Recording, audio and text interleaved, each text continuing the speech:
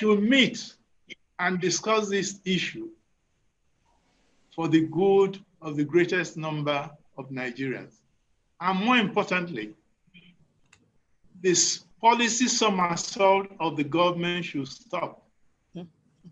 Because when you have a policy today and tomorrow you change the policy, it does not do good for anybody, particularly for the pharmaceutical industry. Yeah. When I was in the civil service, I negotiated with a number of pharmaceutical industries in Switzerland to come and establish here. But with the policy of government, what happened? These industries have been sold to Nigerians who do not even know how to manage pharmaceutical industry. And that creates a problem.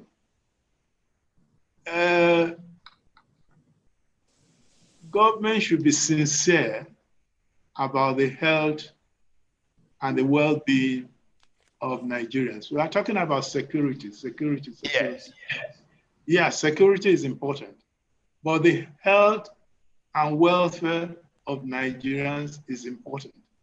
And for them to be well, they need to have good drugs, because when they don't have good drugs, that also creates another problem, a lot of ill health. Government should encourage only those who are qualified by training and by knowledge to involve themselves in drug matters. Not traders, not traders.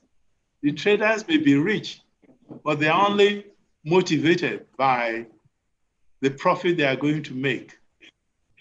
You know, I left the service and I cannot establish one because I didn't have the money to establish. So, and I didn't want to establish and not run it properly. And I believe that a good pharmacist would be interested in running a business, pharmaceutical business, that will provide good health for the people of this country. The Federal Ministry of Health should be involved in these discussions so that often health is always treated like, oh, one of those things. You rather talk about agriculture. Yeah, agriculture will produce food for people to eat. If there are no drugs and there are no good quality drugs to treat the health of the people, then people will be going abroad for the treatment. And this has happened several times because people were not sure of the quality of the drugs they were consuming in Nigeria, and so had to go abroad to get the drugs they want. I think it's if we are serious, Professor Patutomi, you can lead this discussion of these bodies that I have talked about. We must be involved for the good of our people. Thank you. Well, thank you so very much. And I think that this, one of the issues I've been trying to see if we can ramp down to come out of this conversation is the industry getting together and having a workshop for people in enforcement generally, whether they are police, whatever law enforcement people, with state governments involved, to let people come to an understanding of why drugs should not be sold in open markets and those kinds of things. And then encourage a system of enforcement that is not seen as punitive, but is saving people's lives. Those same traders, if they want, can get more appropriate training and be absorbed into systems that can do things better.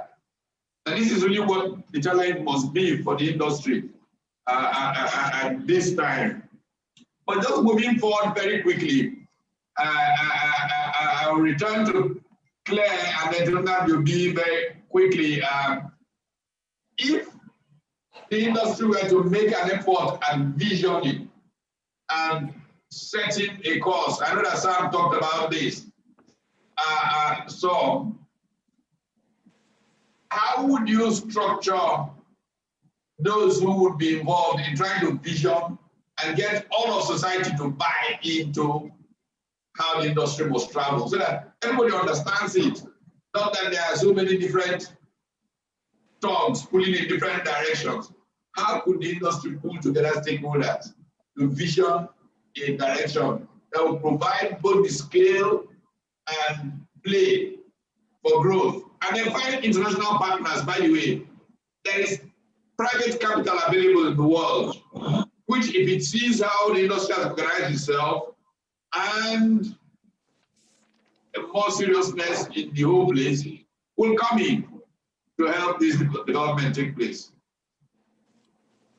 Thank you, Professor Tony. Let me start by saying that I think crisis is one of those key accelerators of making innovation to thrive.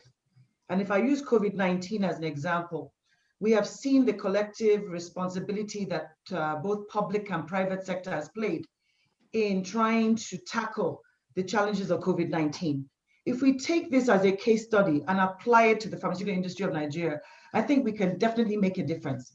You had the key private sector, and when I say private sector, it's not private health sector. It is the banking, telecoms, FMCGs. You had regulators, you had government, all at the table with one cause. And I think we've all seen that because we have been so fragmented, the tide has been out, and we've been exposed that healthcare is really at its lowest in emerging economies like our country. So one, of course, is that having not just a talk shop, but a workshop where we agree, all of us are at the table, and we all agree ahead of time that we're coming out with one objective, and that is to really reverse the negative trends, the negative numbers of our country.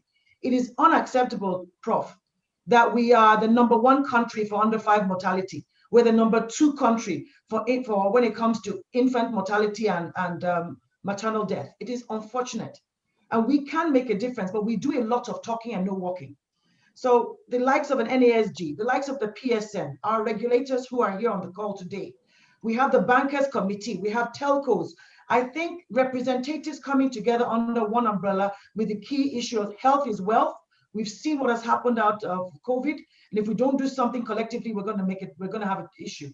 Some clear examples. One, I think, is public-private partnerships with government. The government cannot do it alone. We in private sector, we tend to blame government for a lot.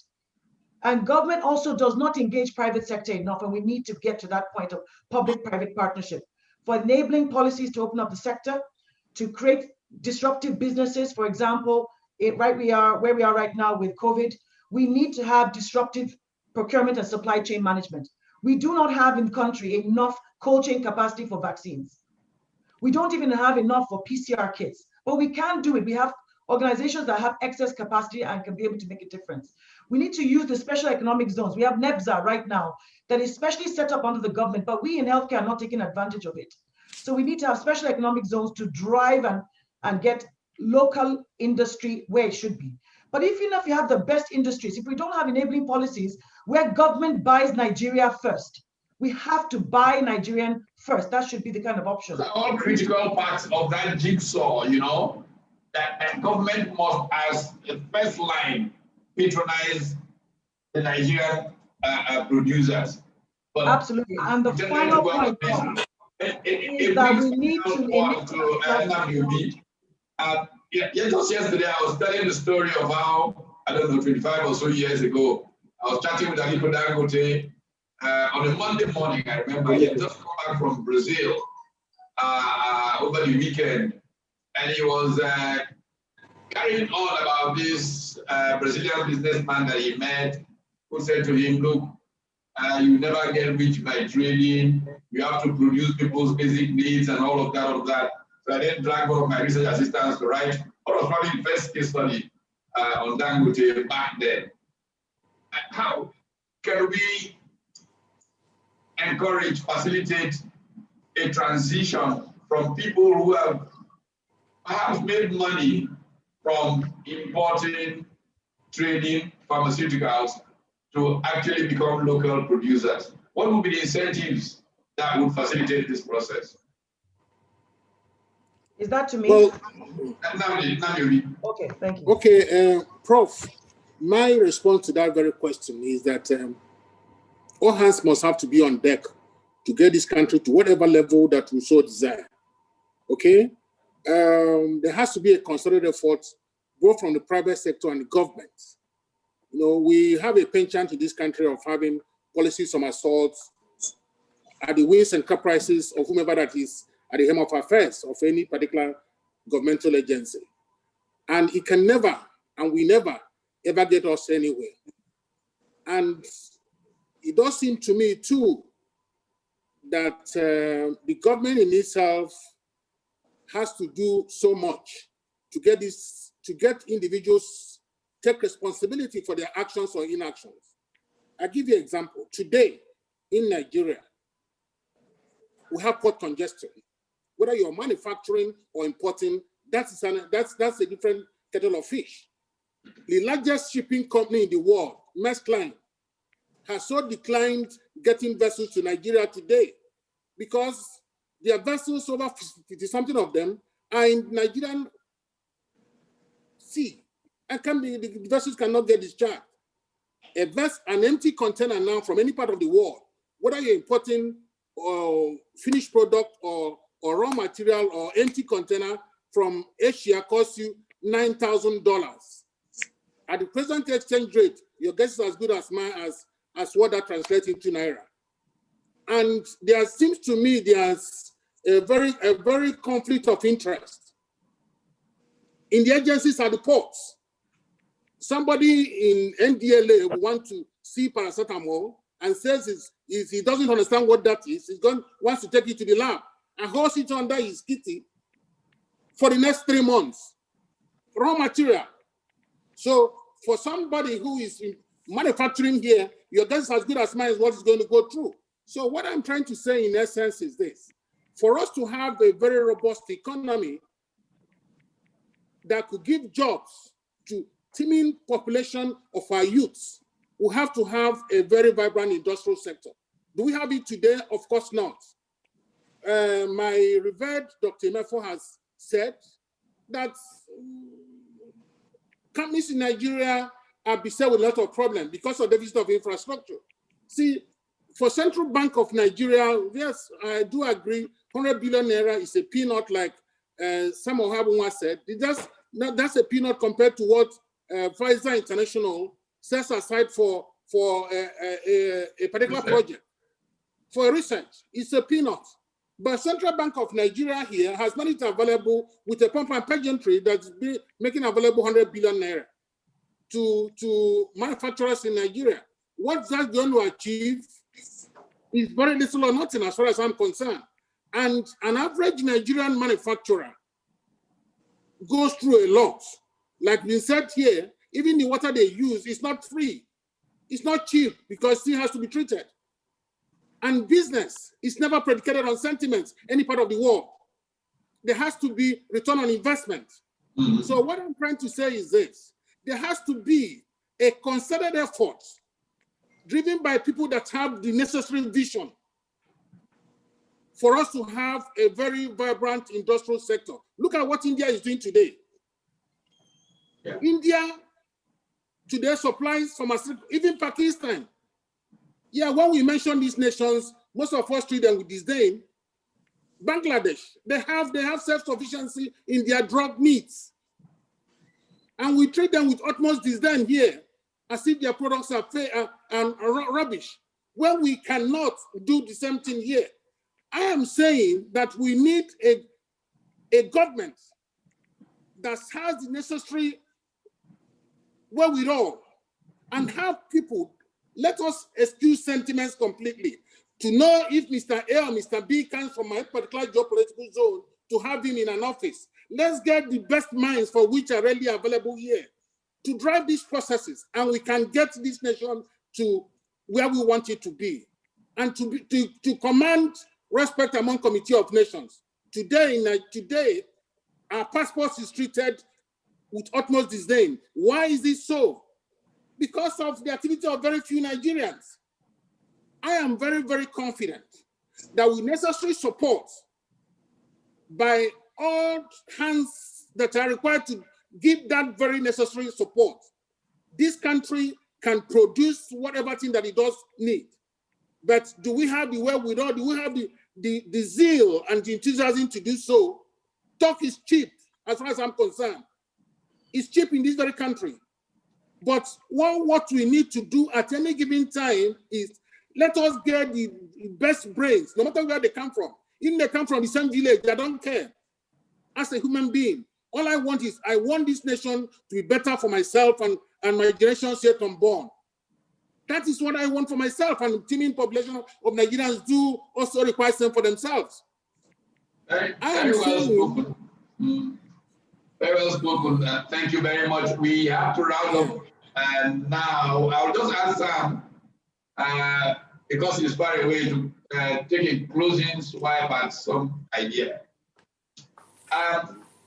If we needed to create a cluster just for pharmaceutical manufacture, if there was a project to create in somewhere, whatever it is, a 10-mile square area where you've got everything, the water, the infrastructure, all completely, and then get current players to locate factories within this cluster where they will not have any problem at all. Yes. How the kind of concept will play and encourage your members to move to that kind of cluster? For sure, Prof. We are looking forward to that. Okay. I thought you wanted. Okay. Prof, are you directing the question to me? Oh, I thought you was asking me. Sam. Okay, sorry. Okay, sorry, man. Sorry, please. No problem, my brother. Pat, actually taking it out of us. There's something we've been working. The Nigerian Association of Industrial Pharmacies have been going around this country looking to set up pharmaceutical industrial parks. And just yesterday, while I'm here, I reviewed a memorandum of agreement between NAIP, PSN, and Ebonyi State. I think that we have gone to Ebonyi, we've gone to Ogun State, we've gone to Anambra State. Ebonyi is faster and perhaps a little bit more enthusiastic, and they have offered us a large hectare of land where we're going to work together. An SPV is being set up that will handle between NAIP, PSN, and other stakeholders and Ebonyi State government to create infrastructure. They're giving us the land. The infrastructure is going to be created, the marketing and the promotion for investment. So that's the first. We have other ones like we're saying we've been in Anambra. So that is already ongoing. And by January, we're going to has begun to overcome their infrastructure challenges. Yeah. And we must begin to, in practical ways, do things like that. Sure. Okay. That's what we're doing on that. All right. So, well, thank you all so very much. We'll take a quick message, and then I will give closing. Unfortunately, because of the rush of many people today, we can't. Normally, we probably go until around 4:30, but we're going to stop now. I promise we'll end at 3:30, which we're overrunning. Election go hard them. No, we not stop. Now you be this. Yeah. Every time before we dey see you, they waka like who know well. Now just you don't take okay. Before, malaria dey knock me gbasgbos. And then one day, I go pharmacy. I don't try 3 different malaria medicine. None work for me. Have you tried Malact? Malact is the effective malaria medicine from May and Baker, makers of quality medicines for over 75 years. Malact contains a combination active drug called dihydroartemisinin piperacin, which keeps working in your body for up to 6 weeks, stopping the malaria parasite from knocking you down. This is why Malact is your control button against malaria. Now 3 tablets I take every day for 3 days. Now so Malact give malaria boy one time. Now my head be malaria. I go punch my own back.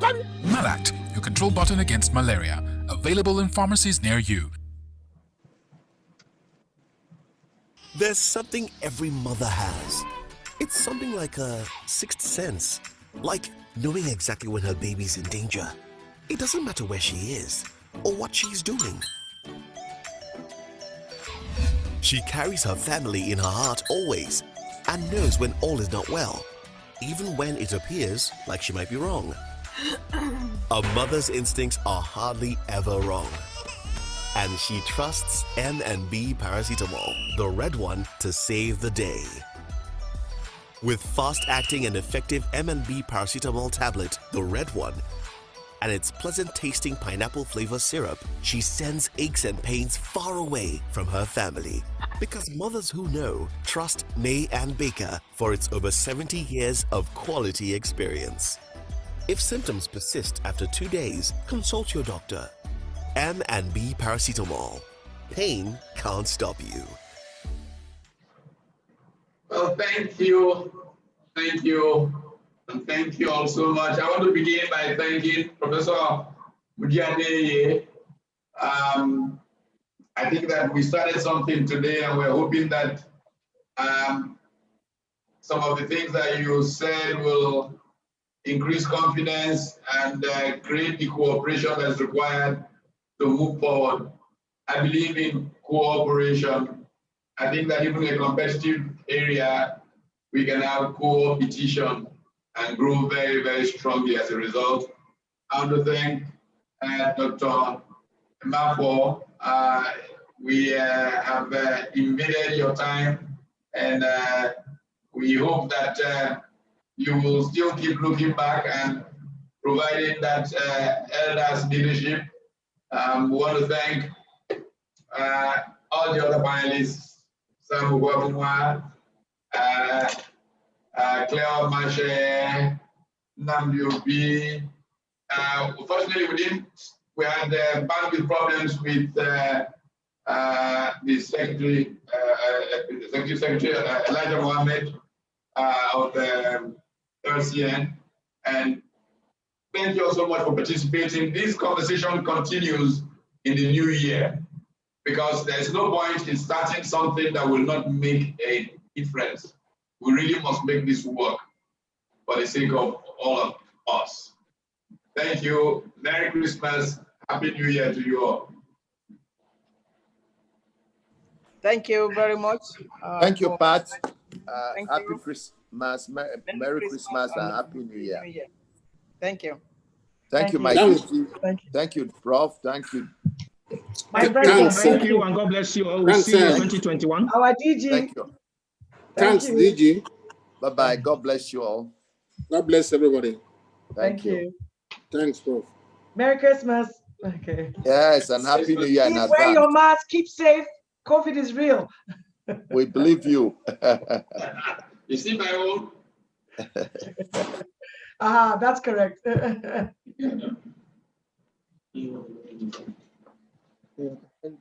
Okay. Thank you.